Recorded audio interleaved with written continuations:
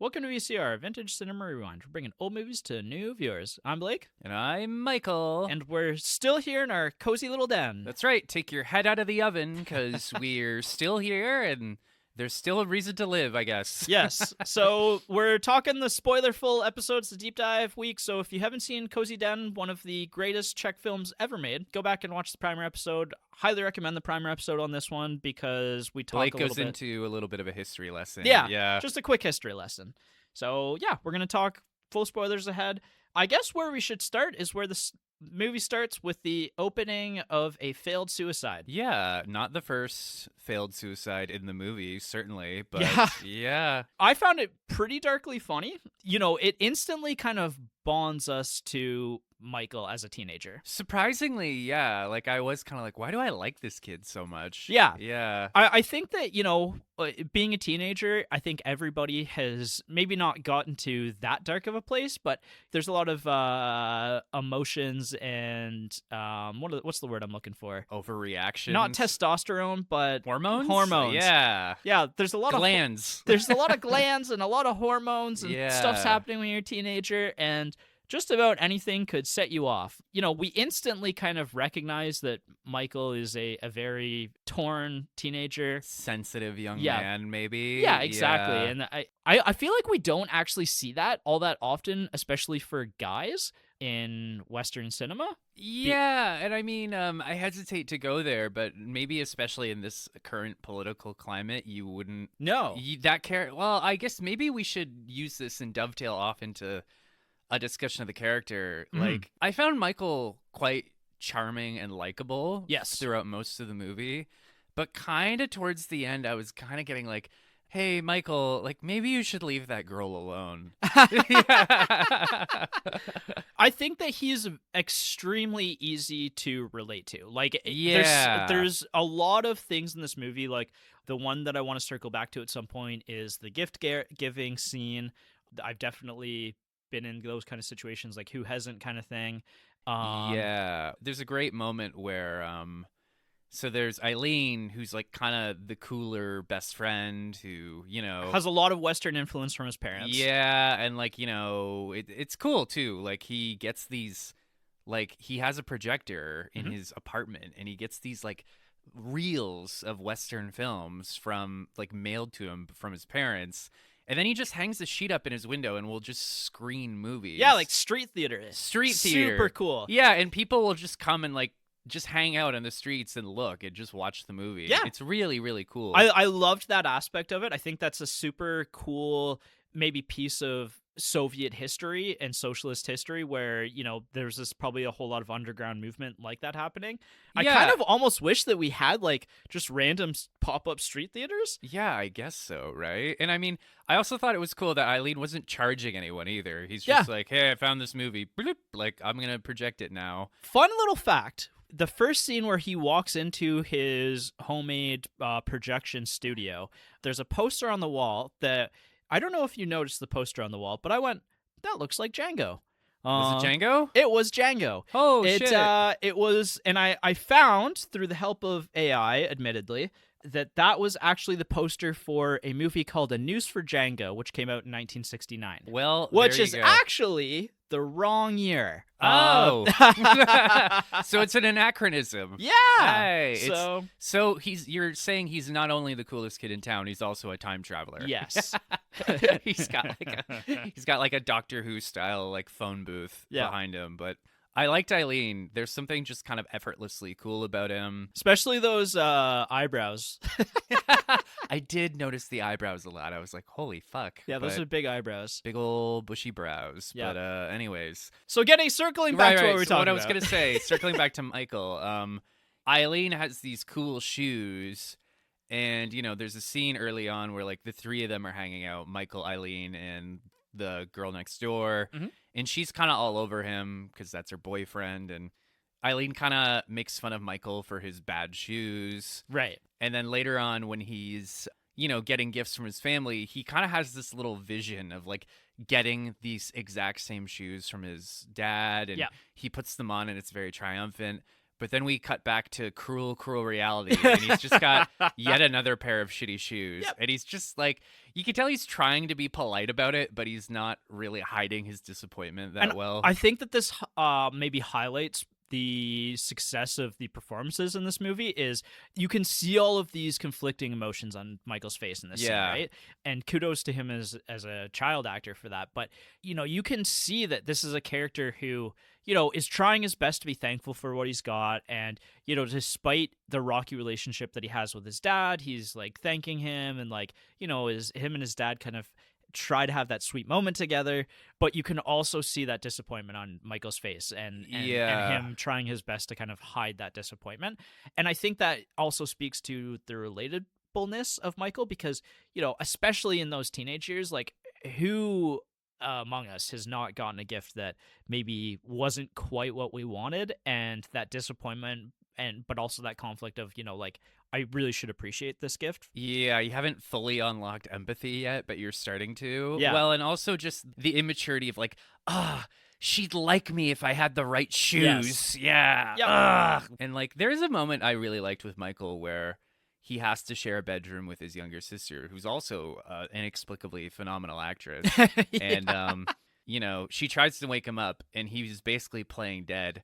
And then the sister runs away. It is basically like, Mom, Michael's dead. But then he just kind of sneaks up behind her and scares her. Yeah. And they both kind of laugh about it. And I was kind of like, okay, yeah, like there's something weirdly charming about that moment to me. I think that you and I are both older brothers of younger sisters. Yeah, and so there's also there. a connection there. Like, I think that this movie portrays a lot of things really authentically. I think that relationship's very authentic. I think the father-son relationship I found... Yeah, well, even like jumping ahead a little bit, at one point Michael gets a poster of Mick Jagger. Right. And his dad, the petty, small-minded dad, has this bulletin board that he really likes. Well, it's his like war bulletin board of like right. a celebration of socialism, essentially. Basically, so he's gonna pass it on to his son at some point. Right. So at one point, Michael like smears the picture of Mick Jagger over it. Yeah. And the dad gets so offended that he rips it up, and then he looks over at him and he's like, "I was gonna give you this bulletin board."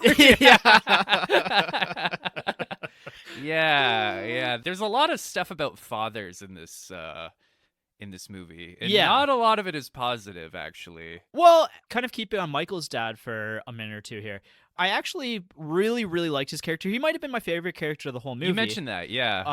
Part of the reason why is, especially by the end of this movie, I recognize that really Michael is just a reflection of his father. Yeah, and his father, I hesitate to say a bad person, but he's kind of he's just a little absent-minded. Well, he's also just what I actually did endear me to his father is during that first Christmas in the first act, the uncle shows up. Yes. And the way that their relationship. So Michael's father and his uncle, it's like, again, we don't have brothers, but like they lock eyes and they instantly kind of start getting into it. Yeah. Like at one point, they have the competition in them, Michael. They have the competition. They got that dog in them. But at one point, someone says something about like professional divers holding their breath for 5 minutes, and Michael's dad's like, "I could totally do that," and his brother's like, "No, you couldn't," and he's like, "I'll give you like a mark if you can do that." Right. So then he does it. Yeah. But then he's like, you were breathing through your nose, I bet. I'm not giving you the money. Yeah. So then, and there's a great... It just kind of escalates. You're right. And then there's also a great moment where they both stand up at the same time and they both take their jackets off at the same time.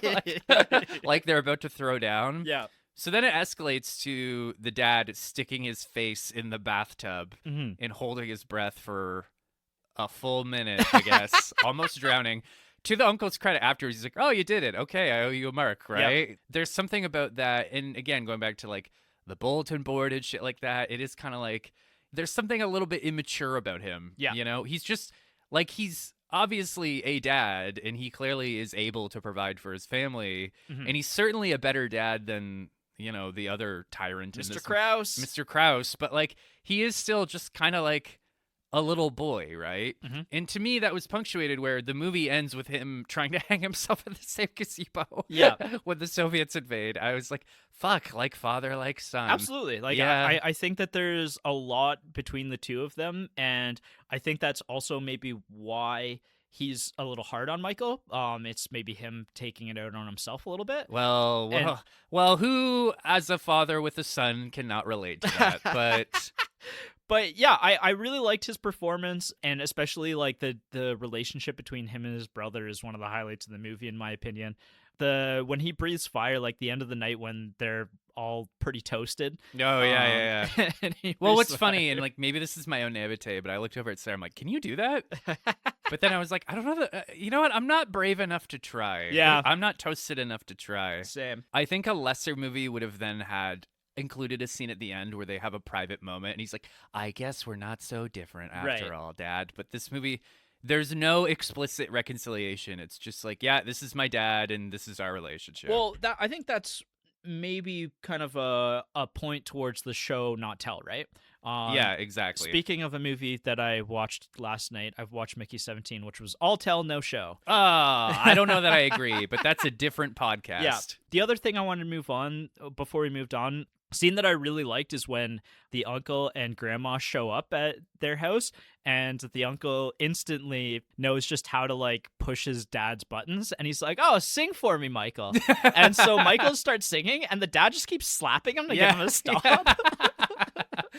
Yeah. It's really funny. It is really, really funny. We didn't mention as well when they're doing the tub, because we're still on this a little bit, but the tub scene, the carp in the tub, right? Right. So as a non-European, when I saw that carp in the tub, I was like, did Michael's dad just die?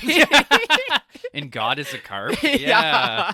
No, I guess so. It is actually funny. They don't reveal the carp in the tub until that moment. Yeah. I was just kind of tentatively scrolling the YouTube comments on the video on YouTube, obviously, and I did see one comment that was like, I'm from like Eastern Europe or whatever, and aside from the carp in the tub, this is exactly how we celebrate the holidays. And I'm like, okay, well, so here's my little history bit on the carp in the tub, because I think, again, a little bit of context for us Western viewers. So Christmas carp is a real thing. Back in the day, the Christmas carp is like a traditional meal for Christmas, but back in the day, before carp farming became a big thing, and so what they would do is they would keep the carp alive, bring it home, and then put in the bathtub for a few days in clean water. Yeah. And so that was supposed to, they call it like soaking the carp, basically. And so it was to get rid of the muddy taste of the carp, having it in like non-pond like water. clean bath water. Yeah, exactly. So that's why they had it in the tub. That's actually an old tradition that, by my understanding, doesn't actually exist a whole lot anymore, because in that eastern block of the world, in 2024 they kind of banned live carp sales, so you can't actually put your carp in the tub anymore. You could, but like, why would you? Yeah, I guess you could, you fucking freaks. But I have heard of people like putting fish in the tub, just before they kill it. But I was kind of just like, well, that's a carp. I was kind of thinking my way through it. I'm like, okay, so you put it in the tub, and then at some point you have to get it out of the tub. Yeah. You have to kill it. Yeah. And then you're going to cook it up and eat it. Yes. I'm like, ugh. Imagine just like waking up at 3 a.m, having to take a piss, and then looking to your left, and there's a carp just staring at you. Welcome to 1968, baby. Yeah, hey, I mean, you know what? Maybe someday I'll taste a fresh carp, and I'll be like, I get it. Yeah. I get it now. Yeah, that's the other thing. Carp, not a big food in North America. I don't know if I've ever had carp. I don't think I have either. I've definitely seen carp. Yeah. Yeah, I've definitely seen lots of carp over the years. I don't know that I've ever had it. Yeah. Mostly it's just like halibut, salmon, scallops, perch. Yeah. Let's go kill a fucking carp, Blake. Let's see what all the fuss is about. Sounds good. Maybe we'll become Soviets after that. But maybe from there we should jump and talk about... I was actually going to say a nice little kind of branch off from here would be, speaking of getting up to pee, the dating scenes. Oh, yeah. As someone who was single for a long time and is only recently in a real relationship, these made my skin crawl a little bit. Yeah. But they're arguably the highlights of the movie. They're really funny. So Michael's aunt is a single mom living in an apartment. With her, I don't know, 10-year-old son? Yeah, probably maybe a little younger than that. Like, I would Yeah. say 8-year-old approximately. and she has been kind of recently dating one of the other teachers at her school. Who looks like a mad scientist.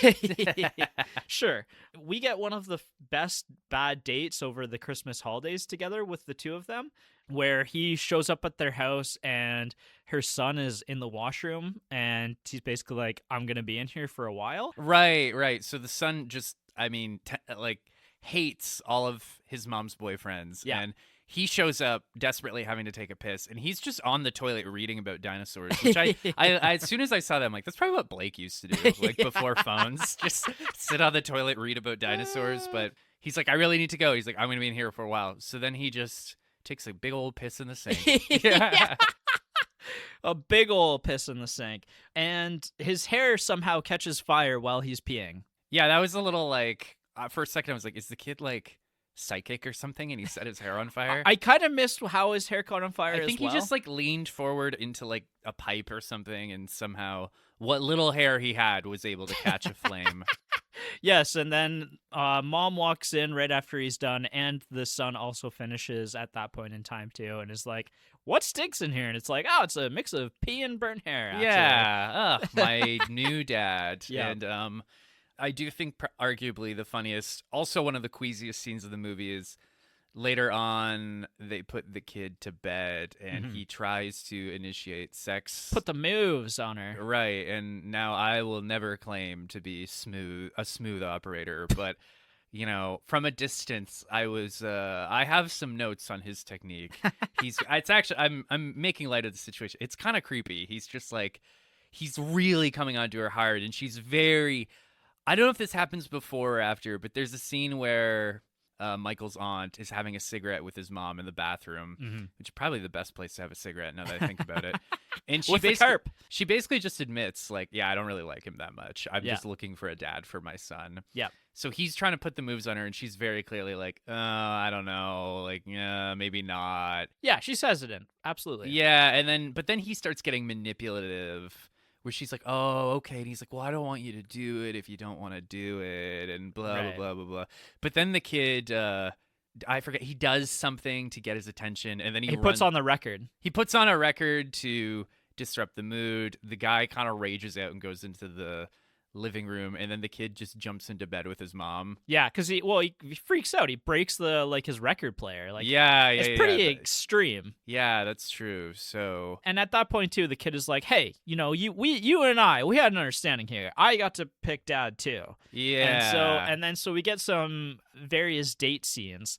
The first is with a magician, which the kid kind of liked him. Yeah, to be fair, I was watching him and I was like, oh, these aren't bad. He's super awkward. He's basically like, I've never dated anyone before, because the magician's life is just like a life of a lone wolf, basically. Yeah, he's like, that's why I never got married. And then he starts doing shtick at the breakfast table. I do also love the implication that, like, you're right, like, this kid gets a equal say in who his dad is, so like, it's like he's part of the first dates too, right? Absolutely. I'm sure that's something that, I mean, I can't speak to being a single mom, but I'm sure that's something that you definitely have to consider, right?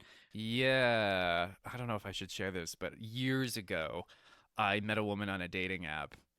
We were gonna go out, and she's like, well, she had a baby. She's like, I'd have to bring my baby to our first date if we go out tomorrow. And I was kind of like, no, that's okay.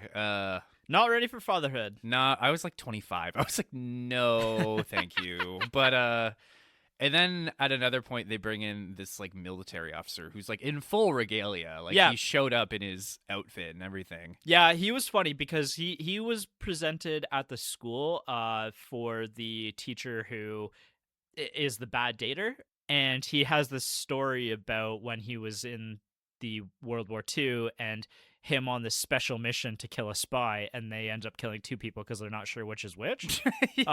Total first date. I've been on enough bad first dates where just to fill the silence, you start talking about the weirdest shit. And you're just like, but then it's like, I just confessed to murder. Yeah. So after telling that story, he is sent away very quickly. Yeah, no kidding.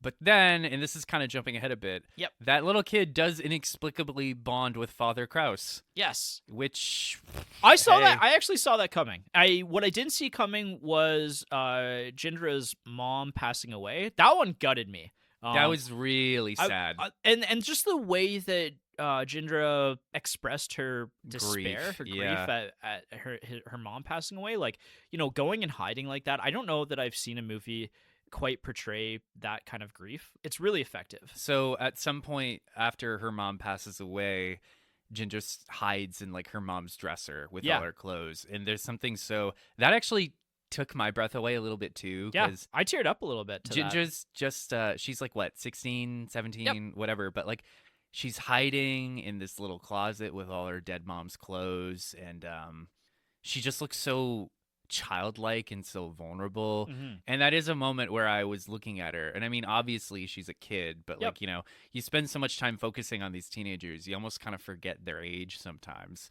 A moment like that, I'm just like, oh god, like this is devastating. So I think, though, the most powerful moment is then later on when Michael's aunt marries Father Kraus. Mm-hmm. At some point, the aunt kind of sneaks away and goes looking for something, and she finds Jindra back in the vanity. Right. So the repetition of that moment got me even harder the second time. Wow. Yeah.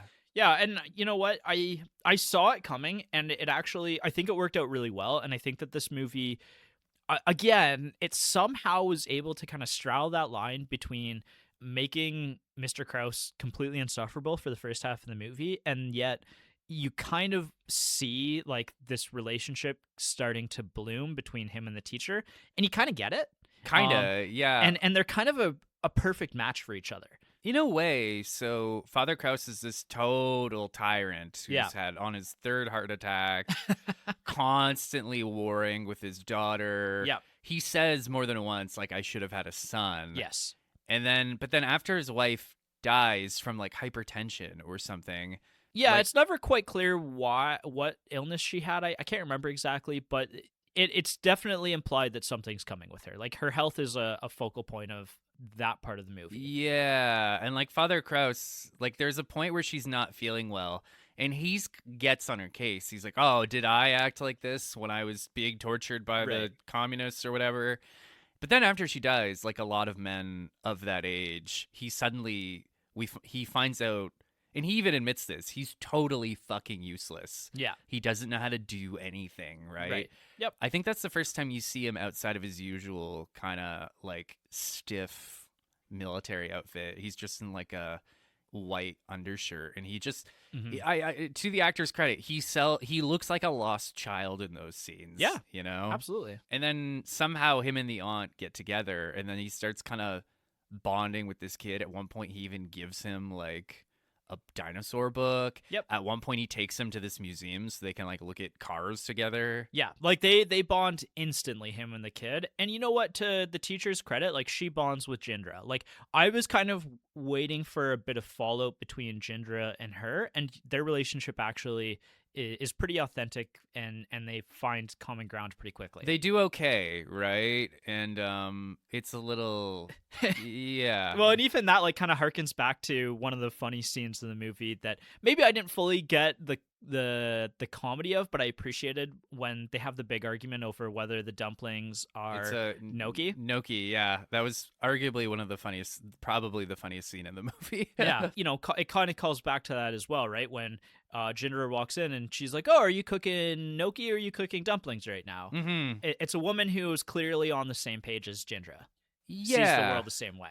Definitely. At some point during the wedding scene, it kind of clicked with me. I'm like, wait a minute, so the woman Michael's in love with is now like his step cousin. Yes, which also gets brought up too, right? Right. So at that point, Eileen has left for a year to go to America or something. Yep. Michael's alone in the kitchen with Jindra during the whole ceremony. And he says, well, he basically just shoots his shot. He's like, well, now that Eileen's gone, I guess you and I can go out, like just the two of us. Yeah. And she kind of like stares him down, and she's like, yeah, I'd love that. She's like, well, now we're basically like brother and sister, so nothing will ever happen between us. And then she gives him like almost like a scornful kiss on the forehead. Yeah. And I was like, fuck. I mean, there's friend zone, then there's family zone. And I think that's when Michael sticks his head in the oven. But it turns out it's electric, so nothing happens. No, he's still like, it's electric, but he still gets like severe burns. He goes into like a coma for a couple weeks. That's right. He misses like the invasion. Yeah, that's true, because he's in a coma. Yeah. Yeah. So yikes. You know what? If I'd been madly in love with a woman at 16 and she was suddenly my cousin, I might have stuck my head in an oven too. Oh yeah, poor Jindra having to deal with all of that. Yeah, no shit. Talking about this kind of coming togetherness, I think that this is maybe a core message of the movie, is actually that for most of the movie you have the Western versus Eastern sympathies kind of prominently displayed between Krauss and the dad, Mr. Sobek. Yeah. And so it feels like as this relationship develops and they end up getting married, they actually are able to reconcile pretty quickly and become friends. It's kind of a message about the ideologies, and I'm sure at the time as well, like this was probably a pretty big conflict in Czechia, right? Because there was certainly, I'm sure, two different opposing sides, and those two opposing sides might even be living in the same household together. Welcome to America. Heyo. But I think, you know, it was a nice message to kind of see that these two kind of wildly different ideologies kind of being broken down by marriage and being able to kind of reconcile with the fact that, hey, you know what, at the end of the day, we're two people and maybe we can find some common ground here. Yeah, and this is kind of, I think I spoke to this a little bit earlier, like in the same way that there's no formal reconciliation between Michael and his dad, like it's not exactly despairing, but I found that the ending of this movie was quite like just, you know, in the same way that a lot of Canadian cinema isn't about changing or averting tragedy, it's about just coping with tragedy. Right. The ending is more just like, like this is it, right? Like it's pretty bleak, honestly. Like it ends with the crushing of the Prague Spring. It's when they essentially become completely occupied by the Soviets.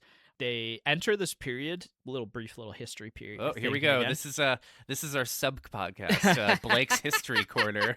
So after this period, after the Soviets kind of booted out the ideas of Western culture out of Czechoslovakia, they enter this period called normalization, which is essentially like, let's get rid of all the Western ideals and let's completely get back into this communist socialist ideal of what the Soviet wants us to be. Let's shore up the Iron Curtain. Exactly. And so that was a period that up until like the late 80s that the Czechs lived under. Yeah, until the Berlin Wall came down, Exactly. I guess. And then everything was great forever after that. Yeah, so Mr. Gorbachev, tear down that wall. So I mean, the end of the movie ends with that, and it ends with a complete fracturing of the society, right? Like, Aileen never is coming back because his parents are very westernized. He would probably come back and they'd all immediately be arrested and gulagged away. Yeah, that's right. And same thing with the Krauss family. Like, clearly Mr. Krauss is very anti-communist. He's very vocal about it, so everybody knows he's vocal about everything. Jesus Christ. Yeah, so everybody would know, and it wouldn't take long for him to get scooped up by the secret police. Gulagged, you might say. Exactly. Even the dad, Sebek, is pretty despairing at the end because, you know, even he probably wants something more for his children, right? Like, he's a communist leader. He's very pro-communist. Yeah. And yet he's still quite terrified, I think, of the idea of the Soviets kind of taking over. Like, the actual reality of society is collapsing and changing is too much for him to bear. Yeah. Which I think, you know, it's like that classic be careful what you wish for because you might just get it kind of thing. Yep. So, well, and it's brought up a few times in this movie how patriotic he is towards the communist bloc and socialism, because it's really funny, actually. It comes up twice, in particular the first time when he gets the plastic cups and he's really excited about them being unbreakable, and they don't hold up to any sort of actual smashing on the floor. And then the second time with the plastic spoons. Oh, yeah. Okay. I'm rescinding what I said earlier. That's the funniest scene in the movie where they're all trying to stir their coffee with the plastic spoons that are all melting. Yeah. Yeah. It's like, oh, yeah. Like, communist created shit at this time period was shit, essentially. Well, and it's so funny too, because I think that there's two aspects of this that I found funny. The first is that like we also had that stuff in Western civilization, and it also was kind of shit, and still is kind of shit. Maybe there's something inspiring about we can all come together over Plastic spoons, and coffee, and then we can throw them at Tommy Wiseau. Yeah, and then and then I think the other aspect of it is how that holds up to how it aged. It's pretty funny as well, like being this thing that was like, oh, this grand like epic convention that we've created, and yet now we're all kind of like, man, plastic was a bad idea, wasn't it?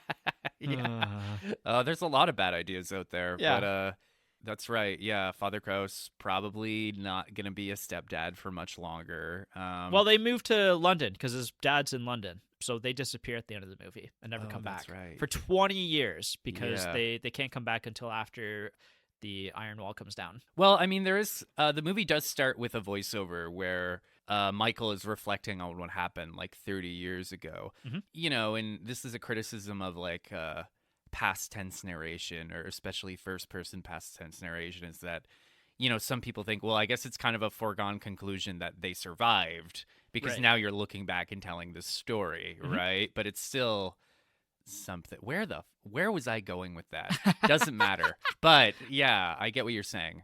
Merry Christmas, everyone. I that is a good point though. Like, as bleak as the ending, it wasn't until you looked me in the eyes and said it's a bleak ending that I thought about it. I'm like, I guess it kind of is, isn't it? Yeah. Because just the tone of this movie, for as tragic as it can be, it does kind of thread the line where I found that I was laughing just about every 5 minutes. Yeah, you know? absolutely. And like good guttural laughs. Like there was some really good like physical humor in this movie. Oh, yeah. Well, even like we get that great shot of Michael's dad with his face in the bathtub, and he like blearily looks to the left, and then there's the carp, right? Yeah, which is so unexpected if you're not from like the Eastern countries, right? Yeah. Well, even me, who's familiar with that kind of thing, I'm like, like, yeah. I genuinely thought he was dead. And that carp was just like there, as a spiritual like penguin or something. Yeah, his spirit guide. Yeah, the carp. Yeah. Imagine dying and finding out your spirit guide is a carp, a bath carp. Yeah, I'm like, damn it. Yeah, so I think that's most of what I wanted to talk about in front of the camera. Do you have anything else plot-wise you wanted to bring up? I will just say, and I mean, I guess this is kind of jumping ahead a bit, I did thoroughly enjoy this movie. I found that I didn't think too critically about this movie, and that's not a self-own or a that's not a self-own or a diss. What I'm trying to say is that I just enjoyed it so much that I kind of just put my feet up and got swept along by the ride. I would actually agree with you quite a bit. Like a lot of this was me doing research after the fact and like trying to have like an educated discussion about some of the stuff that I didn't understand. Because we're doing a podcast, right? Yeah. But that was a cell phone. I definitely got swept up in things as well. I think that as a comedy, this is actually a really good comedy. I agree. I definitely agree. And the best comedies that we've done on this podcast are ones where I haven't written a lot of notes down because exactly like you said, you just kind of get swept up in the fun of the movie. Yeah, and I think, I don't know if I've said this on mic or off mic. I always have to remind people that we do speak outside of this podcast, but like, I think we've talked about how sometimes it's hard for us to do episodes on comedies because it usually just evolves into, that was pretty funny. Yes, and that was also pretty funny. Yeah. Yes. Subscribe to our Patreon. But yeah, no, I enjoyed this quite a bit. I don't think it would have cracked my top 100 or anything. No. But it's definitely one of the more fun viewing experiences I've had this year. I would put this on the list for me of like that last night category of, you know, this is a classic in one country's cinematic history that's wildly important, and it's a very, very well-made movie that part of it is you kind of have to be there to kind of get all of it. However, I think that as two guys who didn't get a lot of it, we still got a lot. We still got a lot out of it. Yeah, exactly, right? I also want to point out, and I did want to bring this up, it's actually close to 2 hours. Yeah. I just double-checked. It's 115 minutes, and like, you know, with comedies in particular, you can really feel the length after like an hour and a half, Definitely. hour 20, or Yep. not hour 20, hour and a half. But like, I actually didn't feel the length with this one. I would agree, and I think that's partially because this movie isn't always necessarily a comedy either. Yeah, that as well. I would call this a dramedy, essentially. A Agreed. black comedy. A black dramedy. Yes. Is it a funny tragedy or a tragic comedy? Who knows? So sequels, prequels, reboots. This is loosely based on the novel Havno Hori by Peter Sabak. And the translation of Havno Hori is shit on fire. Shit on fire. I did see that. That's one of those things where I had to like double check and like adjust my glasses. Like that can't be what it says. Oh, so it is. Yeah, so very loosely based on it. I think that is kind of just a loose weaving of different stories of different families. The actual title, Cosy Dens, is actually not quite what the translation of the Czech title of this movie, which I can't pronounce and refuse to. But the kind of more direct translation of it is animal den or burrow. So a cozy place to kind of sleep. I also saw that a direct translation probably would have been nest would have been a little bit better. Right. So a place to nest, which, you know, I think that captures a lot of the ideas of this movie, right? Like, you definitely feel there's a warmth to this movie. Agreed, despite all the drama and chaos. Exactly. Yeah, absolutely. In spite of all of that, even with everything going on in the wider world of this time period, you know, we still kind of are mostly focused on the characters and their kind of inner and outer conflicts, right? Yeah, and it's a great title in the sense that, too, it's an ensemble about three families. Yeah, exactly. So effects and filming, again, this movie takes a lot of care to recreate kind of that 60s period in Czechoslovakia. I found that really cool. You know, and also kind of showing like the socialist era goods that they had, like the spoons and stuff, which again is funny because we also just had that stuff too. So yeah, I mean, no matter where you go in the world, you can't escape plastic spoons. Exactly. So there really wasn't a whole lot online about the effects and filming behind the scenes of this one. No, I checked like, you know, IMDb and TV tropes, which are usually just my usual go-tos, and there's just not a lot there. For our Czech viewers, I'd love to hear some extra behind the scenes going on with this movie because there's not really a whole lot publicated about it. In terms of the score, however, this is a score that's pretty heavily influenced by Czech musicians. Specifically, I read that Karel Gott is one of the main singers in this movie. He was a Czech singer who was considered like the most famous of Czechia. And I guess a lot of his songs had a very heavily like nationalist vibe. Like they were very almost like borderline propaganda in some cases. You know, he was kind of prominently displayed in here, but it's also because he was considered one of the greats. He was called the Golden Voice of Prague. Oh, what a winning endorsement.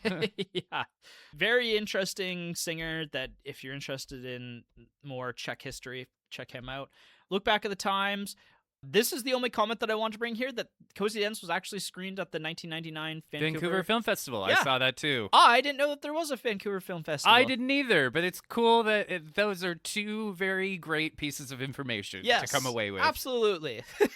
I mean, TIFF's like such a big festival at this point. You know, like I would say it's probably like Cannes and then maybe in the New York Film Festival and then TIFF are like top three. Really. Vancouver is probably a few notches down, but still cool that we have actually two big film festivals in Canada. Well, I hate to say it, but Windsor, where I kind of lived for a long time, they now have, this year anyways, they had more movies at WIFF that they did at TIFF. Yeah, whiff. Oh, no. Get a whiff of that. So, no, I mean... Is that their slogan? No, that's just something I've now put out into ether, which means I'll never be invited. But, no, it's cool. I think... Get a whiff of that. That's the dumbest joke I've ever made on this podcast. You're dying over there. Oh, my God, mate. Sorry. Yeah. So anyways, I think there are a lot of film festivals. Like there is a London Film Festival, isn't there? There is. I think it's horror movies, actually. Oh, yeah. I guess I think it'd be cool to go to a film festival. I've unfortunately and surprisingly never been, but Yeah, neither have I. yeah, We at some point in our lives we owe it to ourselves to maybe even at least go to TIFF. that'd be nice. I've actually talked to Viraj a couple times about going to TIFF because he likes new movies. Okay. He's one of those like curmudgeonly only watches new movies. Him and I have talked about going there. I don't think he'd like most of the movies at TIFF because my impression is a lot of the film festivals air more on the artsy side of things. I mean, sometimes, like, I know I actually did a advertorial for Whiff this year. Get a whiff of that. And, like, Sorry. that's okay. But, I don't know. Like, it's not like, you know, like, I know this year they were advertising, like, there's some new Jodie Foster movie where I think she speaks French the whole fucking time. Mm-hmm. There was also some new, like, Oscar baity Julia Roberts movie that came out. So, yeah, I guess it's hard to say. Yeah. Probably artsier. Sometimes just new and exciting shit. Yeah, definitely leans more on the artsy side of things, but you can still find like lots of great movies. I think part of the reason why the movies tend to be a little on the artsier side is a lot of them haven't found distributors yet, and so it's like That's movies a good point. that are looking for distribution. Anyway, Well, Netflix has just created a monopoly, so we just gotta you just gotta go to Netflix. they're sure working on it, aren't they? Yeah, great. Okay, well, we don't need to talk about that. I've heard plenty of discussion about that in the last week. Yeah, maybe that's next week's episode, but Legacy of the movie, again, considered the best Czech film of all time. Bar none. Best Czech bar film. none. I did want to share, I was going to bring this up later, but I did check out Letterboxd for this, and the top review is someone named Anna, just Anna. Her review is one line, and it's just, never ever tell a Czech person you didn't like Cosy Dens. Lie if you must. Yes. Believe me. I am not blinking in Morse code that there is a Czech person with a gun to my head saying you must like this movie. You might say we're in the gulag right now. But our personal reviews of the Partner Factor, I did actually really like this movie. I did too, and so did Sarah. If I boil it down to why I like this movie, it's the authenticity of it. I really felt like this was a legitimate like family dynamic that I kind of understood and could relate to various aspects of it. There's so much of this movie that I was like, yeah, I've been that person at some point in my life. Yeah, really. Agreed. I liked it quite a lot too. I liked the tone, how it straddled comedy and tragedy. Yeah, how it's authentic but also somewhat universal, right? Absolutely. Yeah. Like I never watched my dad light vodka on fire and then drink it and then breathe vodka out of his mouth like a dragon, except for that one time. But I related to this movie quite a bit. Yeah, so did I. I think to kind of speak on the tone, like you were saying, maybe that's something that makes this movie timeless in the comedy aspect, is that it kind of walks that line between tragedy and comedy. And that's something that goes as far back as we know to like Shakespeare, kind of mixing the two. Yeah. Maybe we need more of that because we're kind of in this going on like 10, 15-year lull of comedy movies when we were just, you know, spoiled in the 2000s. Yeah. And maybe we just need more movies that kind of walk that line between comedy and tragedy. Yeah, I'd agree with that. I mean, I feel like everybody seemed to really enjoy Friendship, the new movie with what's his butt. I would almost not even say that's a comedy though, in a weird way. It's like it walks the line between comedy and torture. I don't know. It's a very bizarre movie that I laughed like several times really hard at, but I don't know. That's such a unique film. Tim Robinson is just such a unique guy, right? Yeah, I mean, he's having a real well-deserved heyday right now. Absolutely. Have you watched The Chair Company? No, not yet, but I think I'm really going good. to while I'm on holiday. A little bit of spoilers, but I actually thought that the final episode of The Chair Company season 1 was maybe one of my favorite episodes of the year because it really dawned on me that The Chair Company is actually a thriller that is kind of in the shell of a comedy.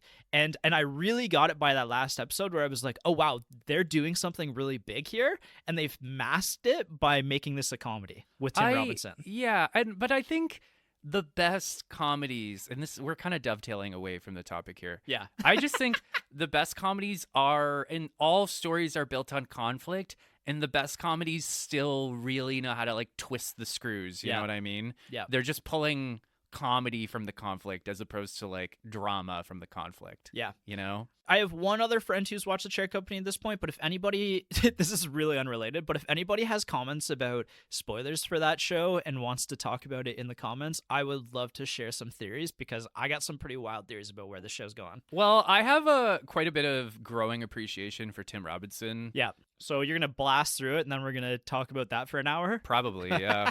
That would be fun. I would watch that. But or I would listen to that episode, but yeah. And so I guess to circle back and wrap up, my question to you is, do you think you'll come back to this movie? Okay. I was thinking about this on the drive over here. I did enjoy it quite a bit. Yep. I don't know that it's going to be like an annual Christmas tradition. Okay. Yep. I don't know that I will probably come back to it at some point later on. Yep. I don't know that this is going to be like, again, I don't think it cracked my top 100. I think you and I are on the same page. Like, not a top 100 movie for me. Really, really appreciate it. Like, if I had to give it a rating, it's like an 8 out of 10. Great movie. Had a great time. Better than most of the movies that I've watched this year. Agreed. Yeah, this is a significantly above average movie. Yeah, for me as well. Like, I don't think this is quite going on the list of like my personal Christmas classics. However, I will say that I think this is one that I will rewatch. Not every year, but every few years.